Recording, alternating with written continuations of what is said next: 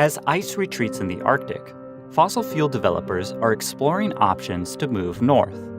Although developers are required to follow regulatory requirements for preventing oil spills, there is still a risk. This presents some challenges because of the sheer size and remoteness of the Arctic and the cold and potentially icy conditions. Researchers at Pacific Northwest National Laboratory are working on a non-toxic solution. What we've developed is a product based on natural material, sawdust.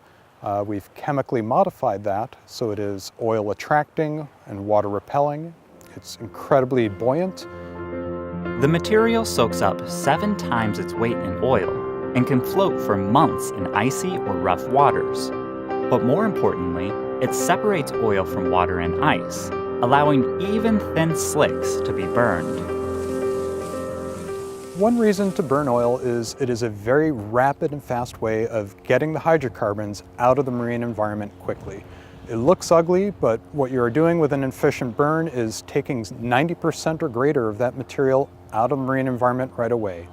If you're concerned that the oil slick is approaching a critical habitat, such as a bay, this often is the fastest way to respond to the slick before any harm can be done to the environment. And if fire is not enough, researchers are also adding fungi and bacteria to the powder's surface to help biodegrade oil that is not burned.